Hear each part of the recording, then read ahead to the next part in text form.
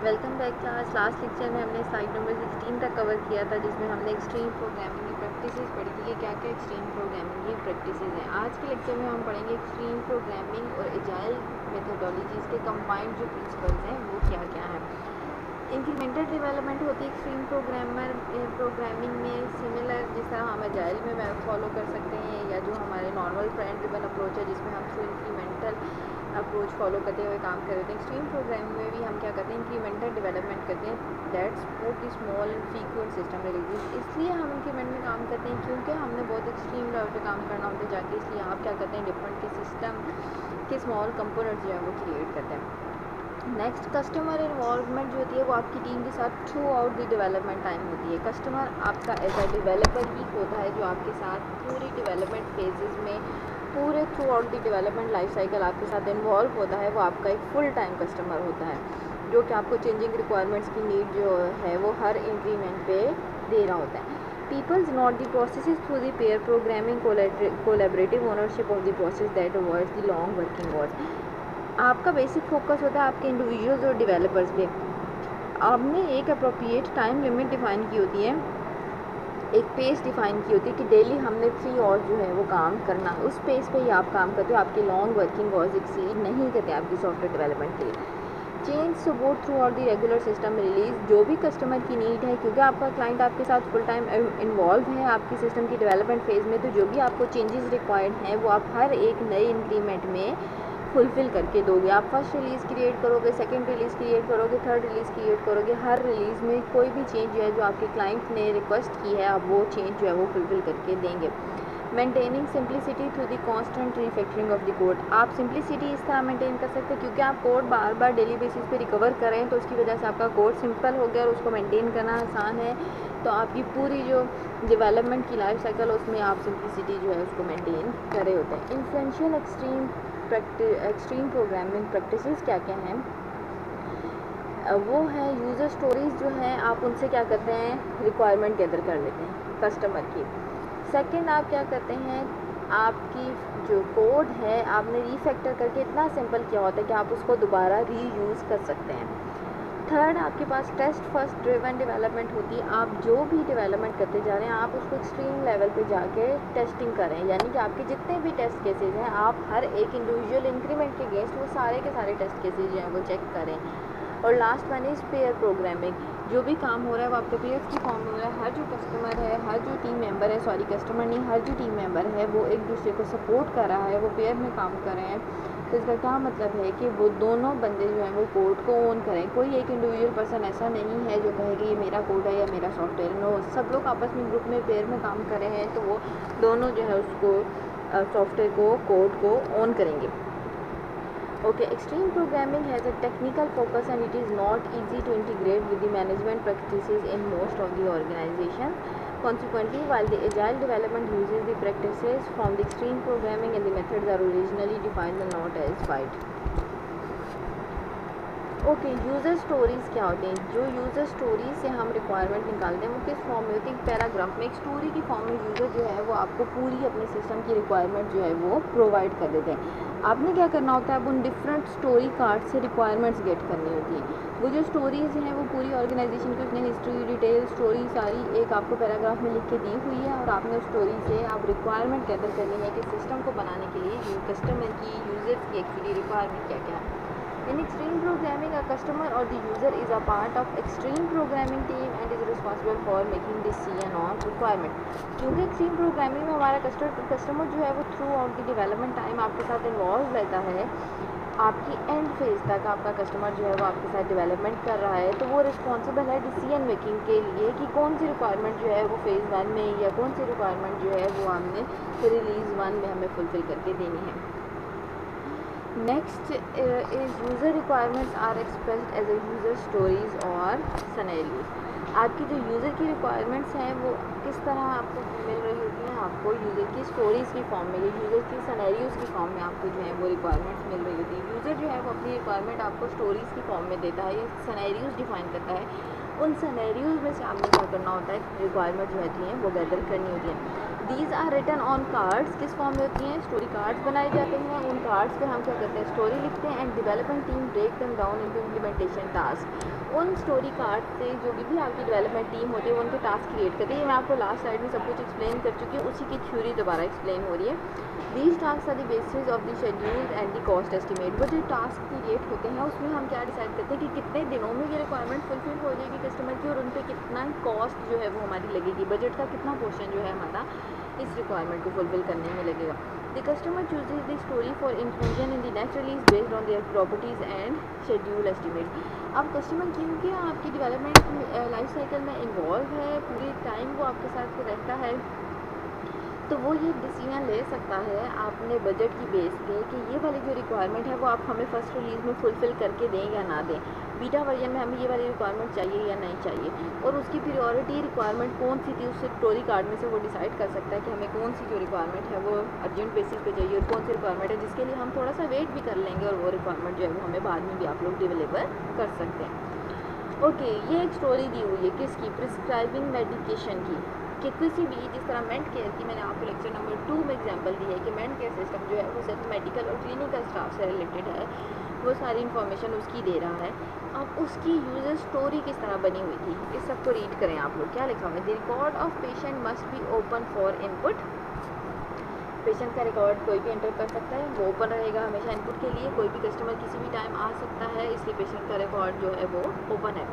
Click on the medication field and select either the current medication, new medication और formally. ऐसा भी हो सकता है कि आपका वो पुराना पेशेंट आया है तो आप देखेंगे कि इसको करंट मेडिकेशन देनी है, कोई इसको न्यू मेडिकेशन ऐड करके देनी है, या फॉर्मली कोई न्यू कस्टमर आया है उसको कोई नई मेडिकेशन दे दी आपने।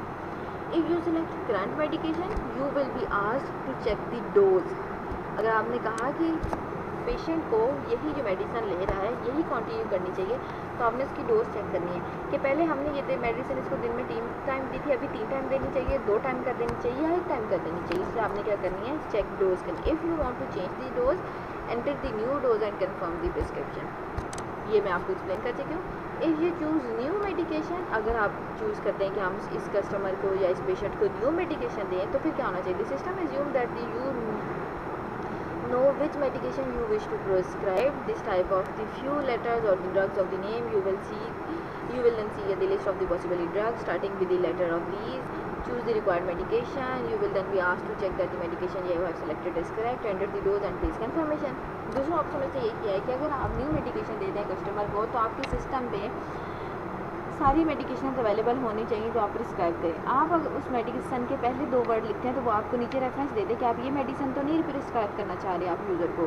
पैनाडॉल के फॉर एग्जांपल आप PA लिखते हैं तो वो आपको पैनाडॉल भी दे देता, नीचे पैनाडॉल एक्स्ट्रा भी दे देता है, मैनेस्टॉन कोड भी दे देता है, पैनाडॉल सस्पेंशन भी दे देता ऑप्शन। अब ये डॉक्टर की मर्जी है, वो देखिए इनमें से सर्च करें ये आपका सॉफ्टवेयर किस किस्म का होना चाहिए। कस्टमर ने अपनी नीड बताई हुई है कि होना इस तरह चाहिए कि मैं पहले 2 लफ्ज़ लिखूँ तो मुझे क्या हो, नीचे सारी की सारी लिस्ट शो होनी चाहिए सिमिलर मेडिसिन की, और उनमें से मैं चूज़ कर सकूँ जो मेडिसिन मैंने चूज़ किया, देन मैं उसको चेक कर सकूँ, देन मैं उसको वेरीफाई करूँ, उसकी डोज डाल सकूँ। ये सारी क्या है आप रिक्वायरमेंट है। ये देखें ये एक यूज़र की स्टोरी की फॉर्म है, उन्होंने हमें एक कहानी लिख दी है, ये सारी कहानी में से हमने गेट करना है कि यार क्या क्या रिक्वायरमेंट कस्टमर को चाहिए, वो चाहता क्या है इस सिस्टम में। अब अगर वो करंट मेडिकेशन देना चाहता है तो वो क्या चाहता है कि सिस्टम उसे क्या प्रोवाइड करे, उसे न्यू मेडिकेशन का ऑप्शन चूज़ किया, वो क्या चाहता है कि सिस्टम उसको कौन कौन से ऑप्शन दे। उसने फॉर्मली वाला ऑप्शन चूज़ किया है तो सिस्टम उसको क्या दे ऑप्शंस जो कि उसका सिस्टम कंप्लीट हो। इसी तरह बेटे ये 3-4 पॉइंट है, ये आप खुद ही रीड कर लीजिएगा। एज अ केस स्टडी उसमें ऑप्शन दिया हुआ है कि आप ओके के बटन पे क्लिक करो तो प्रोसीड होकर नेक्स्ट पे जाना चाहिए, फॉर्मली के बटन पे क्लिक करो तो सिस्टम को क्या क्या फंक्शनैलिटी परफॉर्म करनी चाहिए। ये सारी यूज़र ने मुझे एक स्टोरी लिख के दे दी है। आप देखिए स्टोरी किस फॉर्म में, ये पैराग्राफ्स की फॉर्म में। इस पैराग्राफ की फॉर्म में से अब आपने क्या करना है, गेट कर लेना है कि यूज़र जो है वो क्या चाहता है, उसको किस किस्म का सिस्टम हमने बना के देना, उसको किस किस्म की फैसिलिटी देनी है हमने।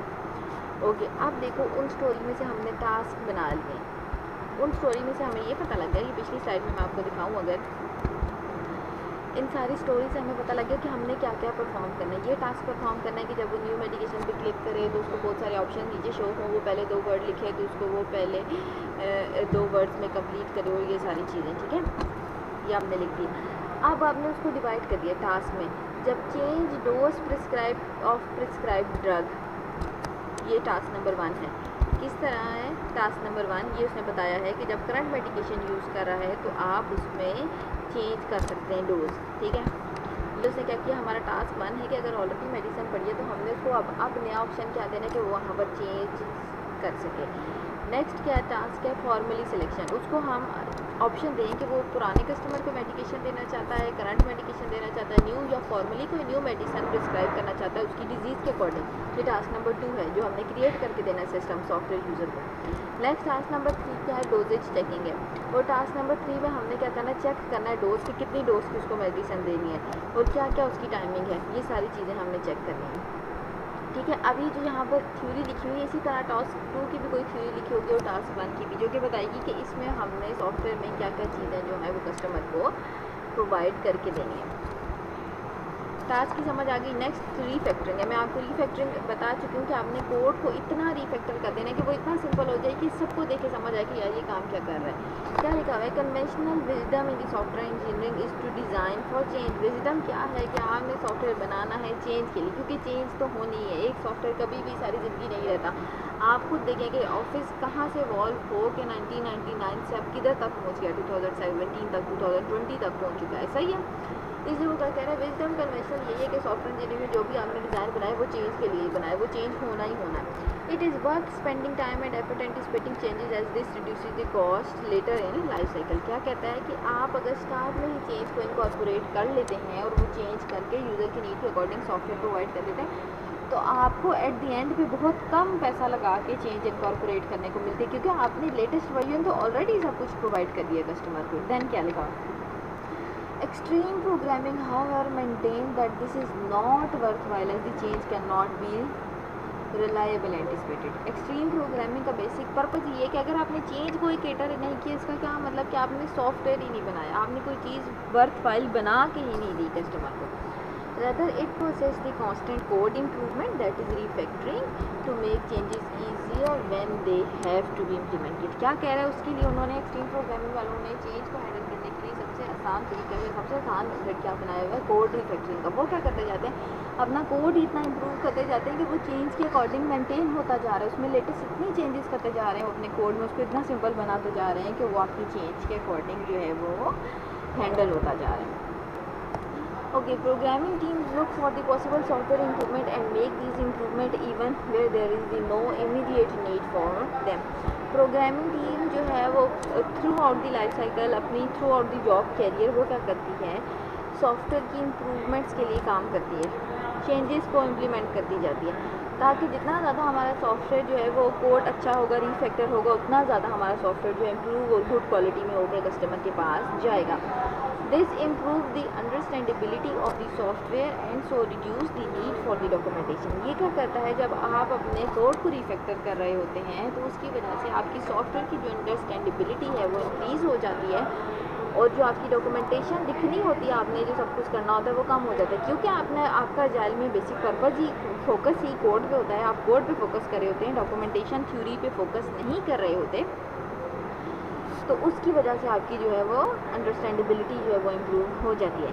Changes are easier to make because the code is well structured and clear. इसलिए चेंज इसमें हैंडल करना आसान है क्योंकि आपने कोड को इतना रीफैक्टर कर लिया है, आपने उसको इस फॉर्मेट में जाके रख दिया कि अब आपने कोई चेंज करनी है तो आपको कोड की लाइन में से ढूंढना नहीं पड़ा कि यार ये चेंज लाइन नंबर 6 में जाके करूँ, 8 में करूँ, लाइन नंबर 200 में जाके करूँ, लाइन नंबर 1001 में जाके करूँ। आपने इतना उसको वेल स्ट्रक्चर्ड रख दिया है, इतना सिंपल कर दिया कोड कि आपके लिए चेंज करना यूँ सेकंड्स का काम है कि आप 2 सेकंड में ढूंढ लेते हैं कि किस लाइन में जाके मैं चेंज करूँगा तो ये चेंज मेरे न्यू वर्जन में जो है वो इम्प्लीमेंट हो जाएगी। However, some changes require the architecture refactoring and this is much more expensive। कह रहा है कि बहुत मिनिमम ऐसी चेंजेस होती हैं कि आपको डिज़ाइन में भी चेंजेस करने पड़ते हैं एक्सट्रीम प्रोग्रामिंग में, क्योंकि एक्सट्रीम प्रोग्रामिंग में कस्टमर इन्वॉल्व होता है, आप उसके अगेंस्ट ही सब कुछ बना रहे हो तो उसको दिखा के सब कुछ बना रहे हो, तो बहुत रेयर ऐसा होता है कि आपको डिज़ाइन में जाकर चेंजेस करनी पड़े।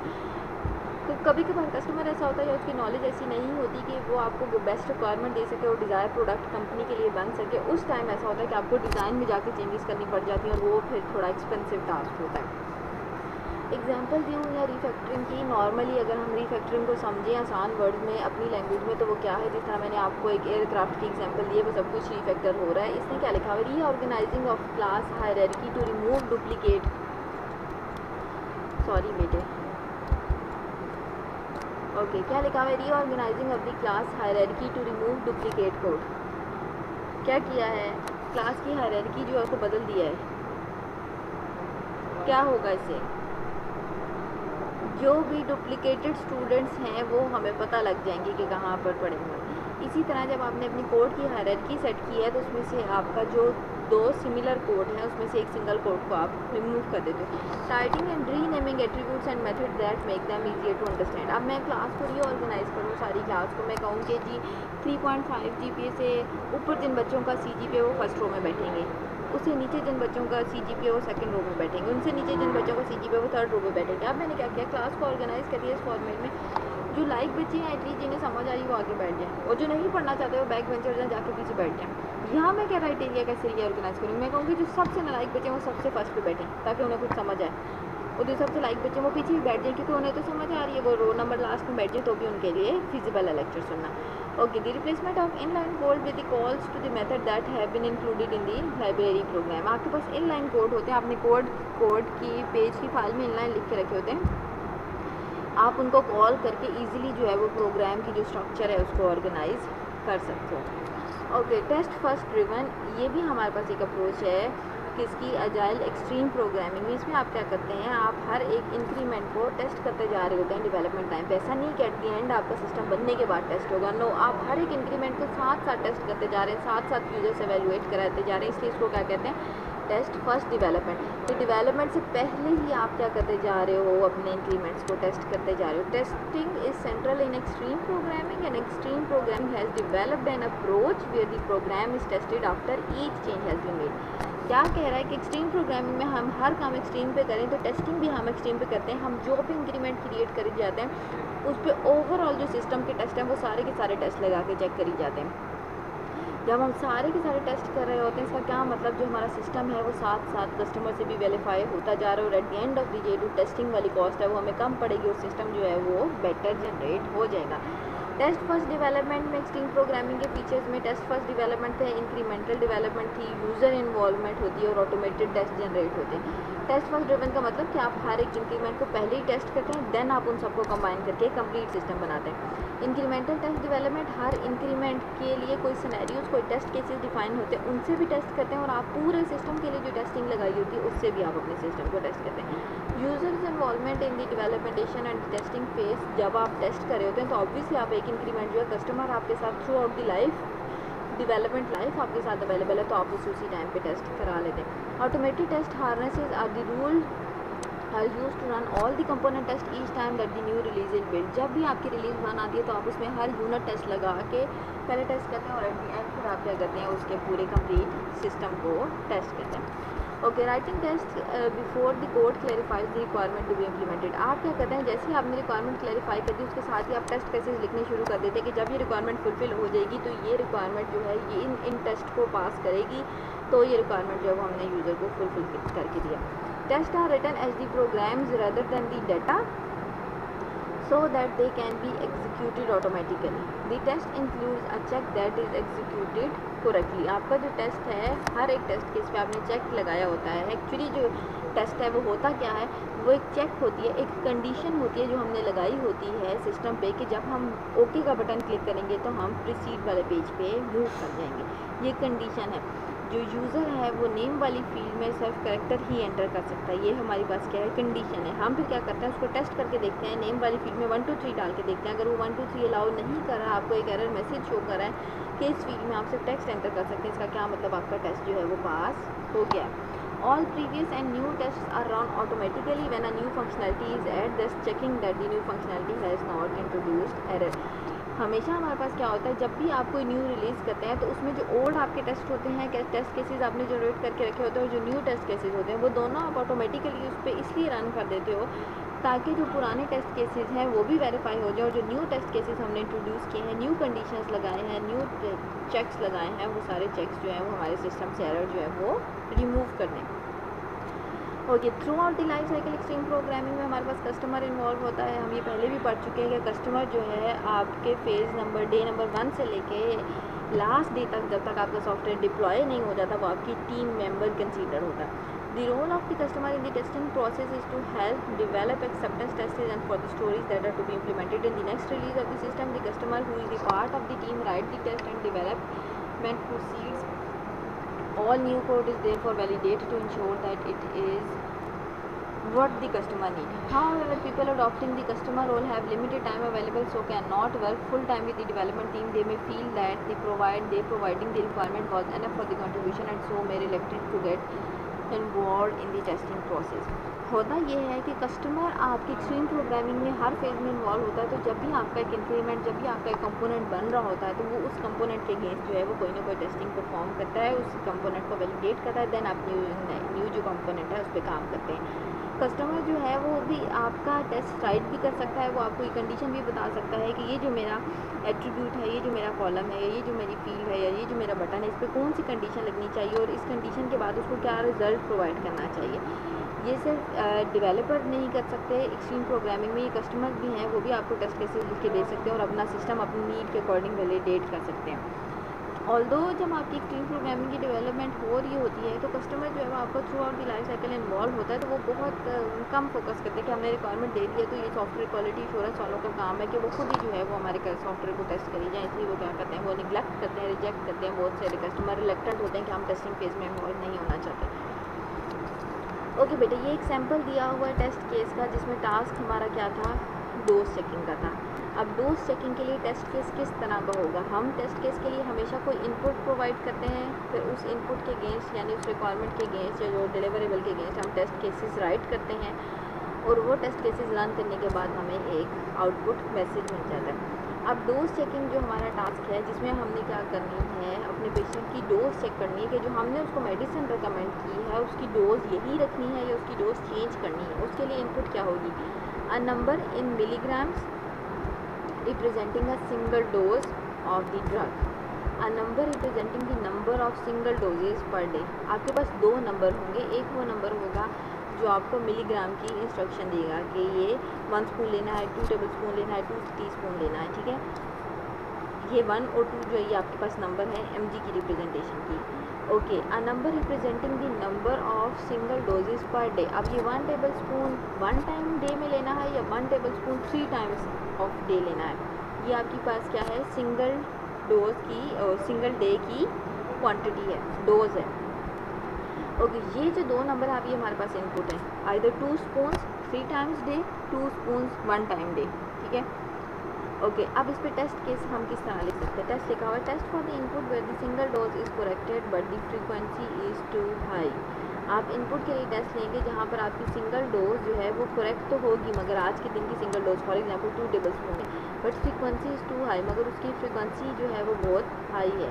किस तरह हाई हो सकती है, आपके हर 2 आवर्स बाद, हर 4 आवर्स बाद आपको 2 टेबल स्पून वो डोज लेनी है। ये टेस्ट हमने केस उस पर लगा दिया। सेकंड टेस्ट केस क्या लगा है, test for the input where the single dose is too high और टू लो। आपने चेक करना है जो सिंगल डोज है वो या तो ज़्यादा हाई है या ज़्यादा लो है, second test case. Third test case आप क्या लगा रहे हैं, test for the input where the single dose multiply with the frequency is too high और the too low. Test for the input where the single dose frequency is permitted is in the permitted range और range. ये सारी वो conditions हैं, वो test हैं जो हम चेक करेंगे कि क्या जो डॉक्टर ने हमें प्रिस्क्राइब मेडिसिन की डोज बताई थी उस पर ये सारे टेस्ट फुलफ़िल कर रहे हैं या नहीं फुलफ़िल हो रहे। इन टेस्ट को रन करने के बाद हमारे पास जो है वो एक आउटपुट आएगी, वो आउटपुट या ओके की फॉर्म में आ सकती है या फिर मेरे पास एक एरर मैसेज आ सकता है जो कि इंडिकेट करेगा कि जो आपकी डोजेज हैं, आपका सिस्टम जो है उसके अकॉर्डिंग जो है वो डोजेज प्रोवाइड नहीं कर रहा, या तो डोजेज हाई प्रोवाइड कर रहा है या डोजेज जो है वो रिकमेंडेड डोजेज से लो प्रोवाइड कर रहा है, या उसकी क्वांटिटी इंक्रीज़ कर रहा है या उसकी डेज इंक्रीज़ कर रहा है, वो परमिटेड रेंज में है या नहीं परमिटेड रेंज में। इन सारे टेस्ट को वो चेक करेगा, सारी कंडीशंस को। अगर वो कंडीशंस ओके हुई तो ये रिज़ल्ट में आपको टेस्ट जो है वो करेक्ट रिटर्न कर देगा, ओके रिटर्न कर देगा। और अगर वो जो आपके टेस्ट केसेस हैं वो आपकी इस रिक्वायरमेंट को, इनपुट को फुलफ़िल नहीं कर रहे, कस्टमर की रिक्वायरमेंट को फुलफ़िल नहीं कर रहे, तो उसको सिस्टम में दो ही चीज़ें देनी चाहिए डोजेज में। एक ये कि वो डोजेज किस दिन में कितनी टाइम लेनी है, और एक डोजेज उसकी एमजीज़ में वो कितनी क्वांटिटी में लेनी। अगर वो इन दोनों रिक्वायरमेंट्स को फुलफ़िल नहीं कर रहा, देन आपका जो सिस्टम है वो एक एरर मैसेज जनरेट कर देगा, और उस एरर मैसेज में ये लिखा होगा कि जो आपकी डोज जो है वो आपकी जो सेफ़ रेंज है उससे बाहर है, ठीक है। Next is test automation. Test automation में क्या होता है? Test automation means that the test are written as executable component before the task is implemented. आपने टेस्ट इस किस्म में लिखना है कि वो एक आपका एक एग्जीक्यूटेबल कंपोनेंट, आपका टास्क कंप्लीट होने से पहले भी आपका जो टेस्ट है वो एग्जीक्यूट हो सके। These testing components should be stand alone and should simulate the simulation of the input to be tested and should check that the result meet the output specification and automated test framework। इस सब में बातों में ये बता रहा है कि आपको ऑटोमेटिक जो टेस्ट केसेज हैं वो जनरेट हो जाएं जैसे ही आपकी एक रिक्वायरमेंट फुलफिल हो रही है।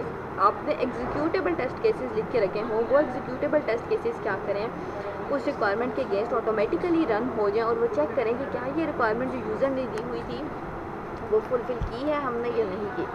A testing is automated, there is always a set of the test that can be quickly and easily executed। तब भी टेस्टिंग आपकी ऑटोमेटेड है जब आपने ऑलरेडी सिस्टम में टेस्ट केसेस लिख के रखे हुए और जैसे ही आपने एक कंपोनेंट बनाया है वो टेस्ट केसेस ऑटोमेटिकली चेक करना शुरू कर दें कि आपने जो सॉफ्टवेयर बनाया है वो कस्टमर की जो भी रिक्वायरमेंट्स थी उनको वो फुलफिल कर रहा है या नहीं कर रहा। Whenever any functionality is added to the system, the test can be run and the problem that the new code has introduced may be catch immediately। जिस तरह आप कोड रन करते हैं और आप उसे डीबग करते हैं तो वो आपको एरर्स दे देता है कि ये जो आपने कोड लिखा है ये आपको रिक्वायर्ड रिजल्ट नहीं दे रहा, इसमें ये एरर्स हैं। वो ऑटोमेटिकली वो एरर्स दे देता है, आप उन एरर्स को सही करते हैं, दैन वो इम्प्लीमेंट हो जाते हैं। सेम ऐसे ही एग्जाम्पल है टेस्टिंग ऑटोमेशन। अब मसला क्या है problem with test first driven की, जो कि स्ट्रीम प्रोग्रामिंग में हम करें बार बार। Programmers perform programming to the testing and some time they take the shortcuts when and writing the test. For example they may write the incorrect test and they do not check for all the possible exception में। Obviously जब एक software developer है जो quality assurance वाला बंदा है, tester बैठा हुआ है, वो क्या करता है डिफरेंट टेस्ट केसेस लिखने और वो दिन में हज़ारों टेस्ट केसेस लिख रहा है। एक्सट्रीम प्रोग्रामिंग में हम बहुत ज़्यादा हर चीज़ एक्सट्रीम पे जाके चेक कर रहे हैं, उसमें टेस्टिंग भी बार बार हो रही है हर एक कंपोनेंट के लिए। तो इसमें एक ड्रॉबैक, एक पॉसिबिलिटी ऐसी हो सकती है कि उसको एक इंक्रीमेंट दिन में जब एक्सट्रीम प्रोग्रामिंग में 4 दफ़ा बनाना पड़ा तो आपको जो टेस्टर है वो इनकरेक्ट टेस्ट लिख दे जो कि हमेशा सही रिजल्ट है। फॉर एग्जांपल वो नेम वाली फील्ड जो है आपकी वेब पेज पे उसमें कैरेक्टर डाटा ही एंटर कर सकते हैं। आप टेस्ट केस जो टेस्टर है वो टेस्ट केस ही ऐसा लिखें तो उसमें एंटर ही वो कैरेक्टर करेगा तो टेस्ट ओके ही होगा, उसने टेस्ट केस ही गलत लिखा है, वो टेस्ट केस ही आपके एप्लीकेशन की जनरेट लिख देगा कि जो कि एरर फाइंड ही नहीं कर सकेगा। वो सही जो वैल्यूज़ है वही डाल के टेस्ट कर लेगा और कहेगा कि सिस्टम वर्क कर रहा है। उसको चाहिए तो 1 2 3 डाल के चेक करता और देखता कि सिस्टम एरर दे रहा है या नहीं। Some tests can be very difficult to write incrementally. For example, in a complex user interface, it is often difficult to write the unit test for the code that implement the display logic and workflow between the। बार बार ऐसा होता है जो आप test किसी GUI graphical user interface के लिए लिखते हैं वो डिफ़िकल्ट होते हैं राइट करने, तो उसमें भी जो आपका टेस्टर्स हैं वो गलत टेस्ट केस राइट कर लेते हैं। It is difficult to check the completeness of the test for the set, although you may have a lot of the system test and your test may not provide the complete coverage। तीसरा नुकसान ये है कि आपने जो test cases लिखे हैं वो एक स्पेसिफिक कंपोनेंट के लिए तो फीजिबल है, मगर आपके कंप्लीट जो यूनिट सिस्टम है उसके लिए जो टेस्ट केसेस जो हैं वो कंप्लीट नहीं है। Okay, last one is pair programming. मैं ये पहले भी एक्सप्लेन कर चुकी हूँ। पेयर प्रोग्रामिंग की क्या होता है कि हम जो भी कोड है, जो भी डेवलपर्स हैं, उन सबको 2-2 पेयर्स में डिवाइड कर देते हैं और वो 2 पेयर्स में डिवाइड होकर सारा काम करते हैं और वो दोनों जो है एक दूसरे को सपोर्ट प्रोवाइड करे होते हैं कि अगर एक प्रोग्रामर जो है उसको कुछ चीज़ समझ नहीं आ रही है, उसने अच्छी कोडिंग नहीं किया, वो कहीं स्टक हो गया, जो दूसरा डेवलपर है वो उसको वहाँ से निकाल सके और वो आपस में मिलकर काम कर सकें और एक यूज़र की नीड के अकॉर्डिंग उन्हें वो सॉफ्टवेयर बना के दे सकें। Pair programming involve programmers working in pair developing code together. Obviously pair में है तो वो दोनों जो भी कोड बना रहे हैं वो दोनों एक पेयर की फॉर्म में कोड बना के आपको देंगे। This helps develop common ownership of the code and separate knowledge across है। इससे फ़ायदा क्या होता है, दोनों की नॉलेज जो होती है वो आपस में एक दूसरे से शेयर हो रही होती है और उसकी बेस पे आपका जो प्रोडक्ट है वो अच्छा डेवलप हो जाता है। It serve as an informal review process as each line of the code looked at by the each person of the. Informal review process होता जाता है, आप एक लाइन ऑफ द कोड लिखते हैं, दूसरा बंदा उसको काउंटर चेक करी जा रहा होता है कि आप जो कोड लिख रहे हैं वो सही लिख रहे हैं, यानी आपकी रन टाइम पे वहीं पर कोड की वैलिडेशन भी हो जा रही होती है और टेस्टिंग भी हो जा रही होती है। It encourage refactoring as the whole team can benefit from improving the system code. दूसरा ये है कि एक जो पर्सन है वो फंक्शन का कोड जो है वो बहुत लेंथी लिख रहा है और जो दूसरा डेवलपर है उसको पता है कि शॉर्ट फॉर्म में मैं ये फंक्शन का कोड एक्सटर्नल फाइल में लिख के मेन फाइल में सिर्फ एक लाइन से कॉल करूँगा तो ये जो है स्ट्रक्चर्ड फॉर्म में कोड हो जाएगा। इससे फ़ायदा क्या होगा, आपका सिस्टम और कोड जो है वो दोनों इम्प्रूव हो जाएंगे और दोनों की नॉलेज जो है वो एक दूसरे से एक्सचेंज हो जाएगी और आपका सिस्टम जो है वो बेटर डेवलप हो जाएगा। Okay, in pair programmers fit together at the same time at the same computer to develop the software. एक ही कंप्यूटर बैठे होते हैं एक ही टाइम पे, सिर्फ जो दोनों एक दूसरे को काउंटर चेक कर रहे होते हैं कि हम जो काम कर रहे हैं वो हम उसको ऑन करते हैं और वो काम जो है वो सही डेवलप हो रहा है या नहीं। Pairs are created dynamically so that all team members work with each other during the development process. ऐसा नहीं है कि जिन लोगों का ग्रुप एक दफ़ा बन गया, दो का उन्हीं का ही हमेशा पेयर बनेगा और किसी और को वो नॉलेज शेयर नहीं होगी। पेयर जो भी होंगे वो भी पूरी डेवलपमेंट टीम में हमेशा रैंडमली बनेंगे, डेली बेसिस पे आपके पेयर चेंज हो रहे होंगे, ताकि पूरी जो भी डेवलपमेंट टीम है वो सॉफ्टवेयर को ओन करी हो, वो उनको अपना समझ के उसको कोड को करे और उसमें काम करे। कोई लेग पुलिंग या कोई भी बुलिंग जो ऑर्गेनाइजेशन में वो ना हो आपके सॉफ्टवेयर डेवलपमेंट के time. The sharing of the knowledge that happens during the pair programming is very important as it reduce the overall risk of the project to be fail. क्योंकि आपकी programming जो है वो शेयर हो रही होती है, आप एक दूसरे के स्किल्स जो है वो आपस में शेयर कर रहे होते हैं, तो बहुत रेयर चांसेस होते हैं कि आपका software at the end of the day जो है वो रिजेक्ट हो जाएगा।